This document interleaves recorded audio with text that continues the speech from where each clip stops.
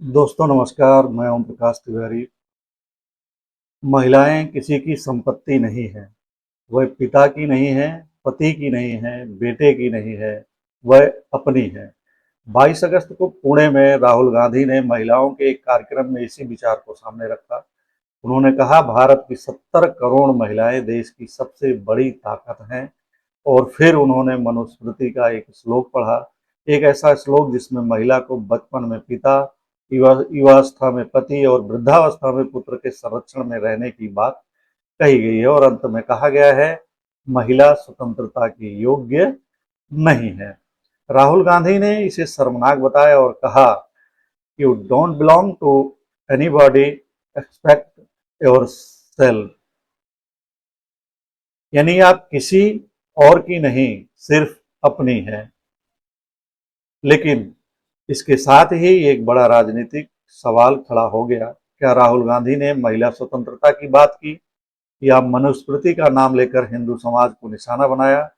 और इससे भी बड़ा सवाल, क्या पितृसत्ता केवल हिंदू समाज की समस्या है, या फिर यह धर्म से कहीं बड़ी और मानव समाज की पुरानी सत्ता संरचना है? आज इसी विवाद की परतें खोलते हैं। पहले तथ्य, 22 अगस्त 2026 को पुणे के एआईएसएसएमएस कॉलेज ग्राउंड में छात्रों की गूंज कार्यक्रम हुआ। यह कार्यक्रम मुख्यतः युवा महिलाओं से संवाद पर केंद्रित था।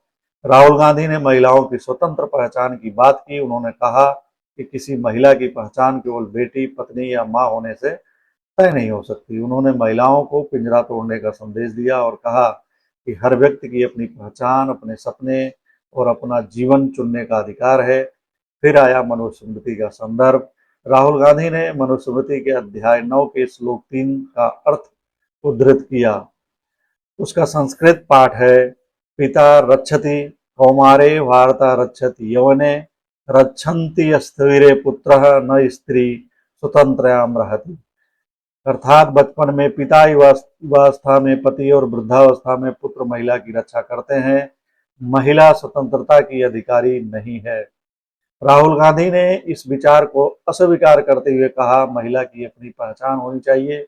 यहीं से विवाद शुरू हुआ।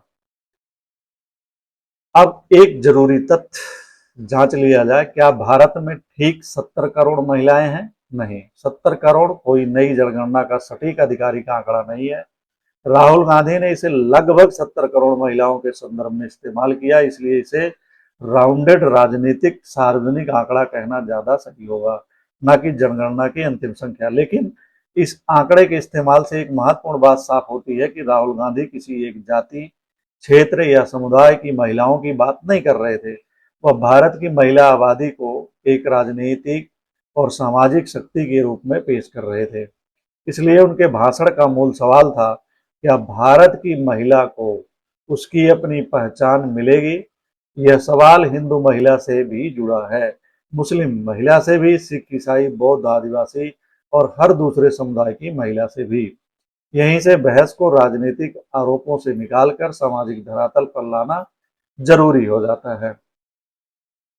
अब आते हैं सबसे संवेदनशील हिस्से पर। क्या राहुल गांधी ने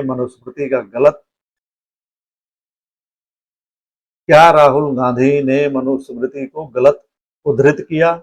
उपलब्ध संस्कृत पाठ को देखें तो जवाब यही है कि उन्होंने बिल्कुल सही उद्धृत किया है। मनुस्मृति के अध्याय 9 के श्लोक 3 में वास्तव में महिला की स्वतंत्रता को नकारने वाला वाक्य मौजूद है। यही नहीं, इसके ठीक पहले श्लोक 9.2 में महिलाओं को पुरुषों के नियंत्रण में रखने की बात कही गई है।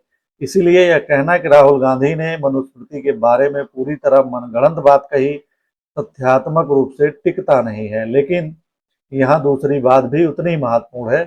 किसी ग्रंथ में कोई बात लिखी होना और आज का पूरा समाज उसी बात से संचालित होना, दोनों एक ही बात नहीं है। मनुस्मृति प्राचीन धर्मशास्त्रीय साहित्य का हिस्सा है। आज भारत का शासन मनुस्मृति से नहीं चलता। आज नागरिकों के अधिकारों की संवैधानिक नींव भारतीय संविधान है। संविधान का अनुच्छेद 14 कानून के समक्ष समानता देता है। अनुच्छेद 15 धर्म, जाति, लिंग आदि के आधार पर भेदभाव को प्रतिबंधित करता है। और अनुच्छेद 16 सार्वजनिक रोजगार में समान अवसर की बात करता है। इसलिए आज के भारत में किसी महिला की स्वतंत्रता का कानूनी आधार मनुस्मृति नहीं है बल्कि संविधान है। लेकिन क्या संविधान से सत्ता खत्म हो गई? एक सवाल है। लेकिन कहानी इसी जगह खत्म नहीं होती। कानून बदलने से समाज तुरंत नहीं बदलता। यही वह जगह है जहां राहुल गांधी के भाषण का सामाजिक पक्ष गंभीर हो जाता है। आज कानून महिला को बराबरी देता है, लेकिन क्या हर परिवार भी वही बराबरी देता है? कानून कहता है महिला को रोजगार का अधिकार है, लेकिन क्या हर बेटी और बेटी के करियर को बराबर महत्व देता है? कानून महिला को संपत्ति के अधिकार देता है, लेकिन क्या हर बेटी अपने हिस्से की संपत्ति मांग पाती है? कानून महिला को अपनी जिंदगी के फैसले लेने का अधिकार देता है, लेकिन क्या हर लड़की अपने कपड़े, दोस्त, नौकरी, विवाह और आने जाने के समय का फैसला स्वतंत्र रूप से कर सकती है? यही है कानून और सामाजिक व्यवहार के बीच का अंतर, और यह अंतर केवल भारत की समस्या नहीं है। संयुक्त राष्ट्र की एजेंसियां भी लगातार यह बताती रही हैं कि लैंगिक असमानता की जड़ें सामाजिक मान्यताओं और सत्ता के असमान संबंधों में है। इवन वुमेन प्रतिशतात्मक संस्कृति को महिलाओं के खिलाफ हिंसा और असमानता की बड़ी संरचनात्मक बाधाओं में गिनता है। सत्ता सिर्फ हिंदू समाज में ही है, ये सवाल है। तो अब आते हैं राहुल गांधी के आलोचकों के सबसे बड़े सवाल पर। अगर महिला की स्वतंत्रता की बात करनी है तो केवल मनुस्मृति क्यों? क्या महिलाओं पर नियंत्रण की सोच केवल हिंदू समाज में है? इस सवाल को खारिज नहीं किया जा सकता, क्योंकि इतिहास बताता है कि महिलाओं की स्वतंत्रता पर नियंत्रण किसी एक धर्म या संस्कृति का विशेषाधिकार नहीं रहा। दुनिया के अलग अलग समाजों में महिलाओं के पहनावे, विवाह, संपत्ति, शिक्षा, काम, आवाजाही और यौन स्वायत्तता को नियंत्रित करने वाली व्यवस्थाएं रही हैं। मुस्लिम समाजों में भी अलग अलग देशों धार्मिक कानूनी व्याख्याओं के आधार पर महिलाओं के अधिकारों को लेकर गंभीर बहस रही है। इवन वुमेन की हाल ही की चर्चा भी बताती है कि जहां धर्म सामाजिक और पारिवारिक कानूनों को प्रभावित करता है, वहां लैंगिक असमानता सामाजिक मान्यताओं को बदलना एक महत्वपूर्ण चुनौती हो जाता है। भारत में मुस्लिम महिलाओं के अधिकारों को लेकर कानून बदले हैं। उदाहरण के लिए 2019 का कानून तत्काल 3 तलाक प्रथा को प्रतिबंधित करता है और विवाहित मुस्लिम महिलाओं के अधिकारों की रक्षा के उद्देश्य से बनाया गया था। यानी सुधार की जरूरत केवल एक समुदाय में नहीं है। जहां भी पुरुष को महिला के जीवन पर अंतिम अधिकार दिया जाता है, वहां सवाल उठना स्वाभाविक है और उठना भी चाहिए। लेकिन इसका अर्थ यह नहीं है कि बहुसंख्यक समाज से जुड़े सवाल पूछना बंद कर दिया जाए। मनुस्मृति के विवादित श्लोकों को देखकर असहज होना कोई हिंदू विरोधी विचार नहीं है। उसी तरह उन श्लोकों की आलोचना करने वाले हर व्यक्ति को हिंदू विरोधी कहना भी उचित नहीं है। किसी भी समाज की वास्तविक ताकत इस बात से पता चलती है कि वह अपने अतीत के कठिन सवालों का सामना कितनी ईमानदारी से कर सकता है। हिंदू समाज के भीतर भी सुधार की लंबी परंपरा रही है। राजा राम मोहन राय से लेकर ईश्वर चंद्र विद्यासागर और सावित्रीबाई फुले तक भारतीय समाज में ऐसे लोगों ने धार्मिक सामाजिक रूढ़ियों को चुनौती दी, जिन्होंने महिलाओं महिलाओं की शिक्षा, विवाह और अधिकारों के सवाल उठाए। और आधुनिक भारत ने कानून बनाकर भी कई पुराने सामाजिक ढांचों को बदला है। हिंदू उत्तराधिकार कानून में बदलाव इसका उदाहरण है। 2005 के संशोधन ने बेटियों को संयुक्त पारिवारिक संपत्ति में बेटों के समान अधिकार देने की दिशा में महत्वपूर्ण बदलाव किया। इसलिए सवाल यह नहीं होना चाहिए कि मनुस्मृति सही है या गलत। सवाल सबसे बड़ा है, आज का भारत किस मूल्य व्यवस्था पर खड़ा होगा। राहुल गांधी के भाषण का राजनीतिक मूल्यांकन भी जरूरी है। उनके आलोचक कह रहे हैं कि महिला स्वतंत्रता की बात करते हुए उन्होंने मनुस्मृति को चुना। इससे बहस को धार्मिक सियासी रंग मिला। महाराष्ट्र के मुख्यमंत्री देवेंद्र फडणवीस ने भी राहुल गांधी पर महिला आरक्षण के मुद्दे पर कथित विरोधाभासी रुख का आरोप लगाया और उनके महिला सशक्तिकरण के दावों पर सवाल उठाया।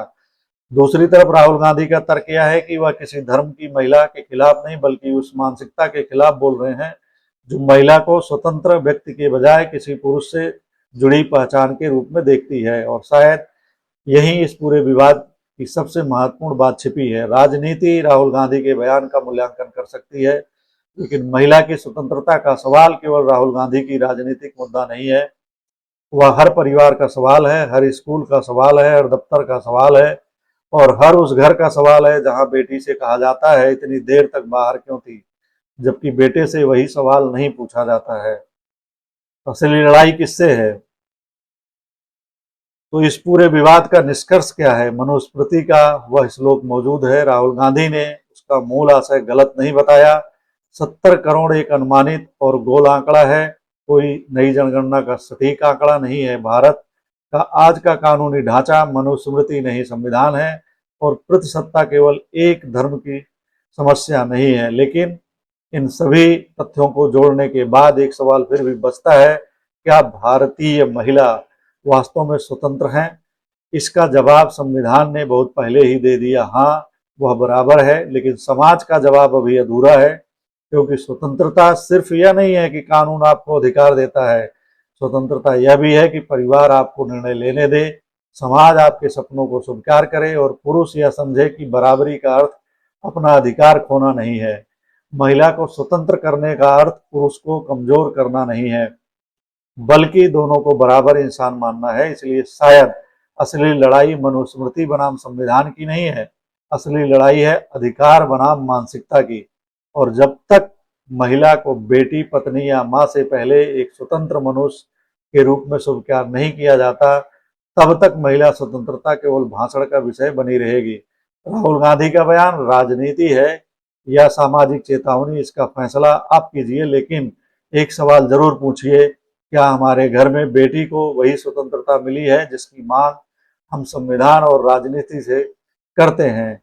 यही इस पूरी बहस का असली आईना है। तो आपको यह विश्लेषण कैसा लगा, कमेंट में जरूर बताइएगा। वीडियो को लाइक करिए, चैनल को सब्सक्राइब करिए और दोस्तों को शेयर करिए, उन्हें भी सुनाइए। नमस्कार, मैं ओम प्रकाश तिवारी। जय हिंद।